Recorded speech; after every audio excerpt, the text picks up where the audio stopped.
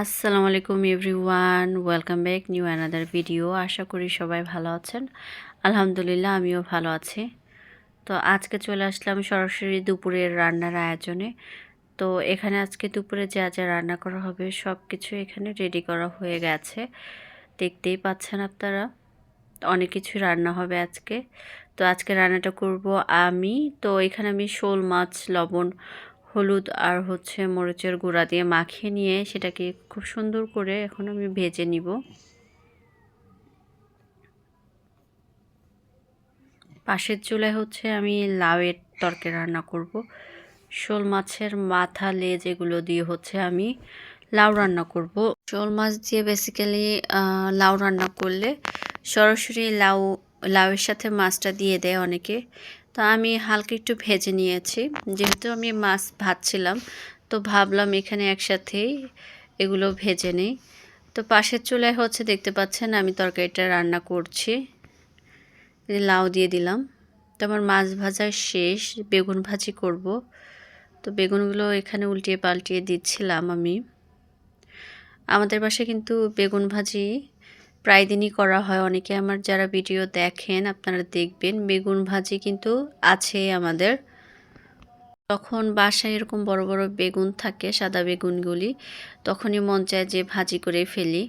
এগুলো খেতে কিন্তু অনেক মজার হয়ে থাকে। তো আমি যে কোনো ভাজাভাজিতে একটু পেঁয়াজ কাঁচামরিচ দিতে পছন্দ করি, সেজন্য এখানেও দিয়েছিলাম। তো ভাজিগুলো হয়ে গেছে, একে একে সবগুলি উঠিয়ে নিচ্ছি আমি, দেখতে পাচ্ছেন আপনারা। কিন্তু একটা মজার বিষয় হলো জীবনে প্রথম আমি মাশরুম রান্না করছি। আমি কিন্তু কখনোই মাশরুম রান্না করিনি। এগুলো আমাদেরকে গিফট করেছেন আমার ছোট মামা শ্বশুর। তো সেখান থেকে আমি কিছু পরিমাণ নিয়েছি। মাশরুমগুলো আমি একটু লবণ হলুদ দিয়ে হালকা একটু সিদ্ধ করে নিয়েছিলাম।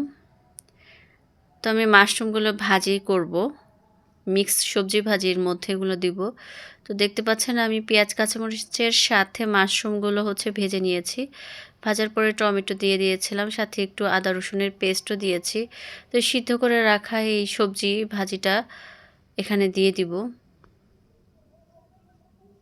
সব একসাথে খুব সুন্দর করে মিশিয়ে নিব।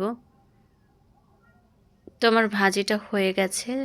আমি এখন শোল মাছ দিয়ে আলু টমেটো দিয়ে ঝোল রান্না করব, সেজন্য এখানে আলুগুলো একটু ভেজে নিলাম।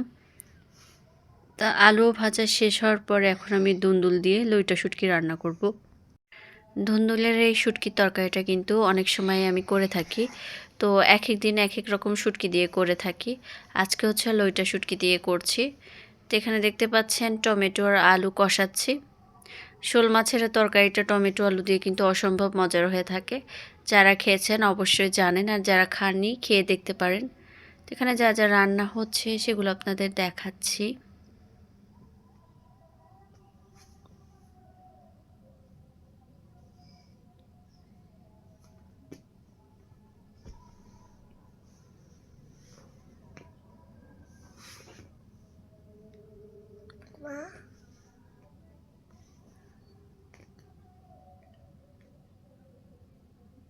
তো দুপুরে খাওয়া দাওয়া শেষ করার পর বিকেলে আমাদের বাসায় মেহমান এসেছেন।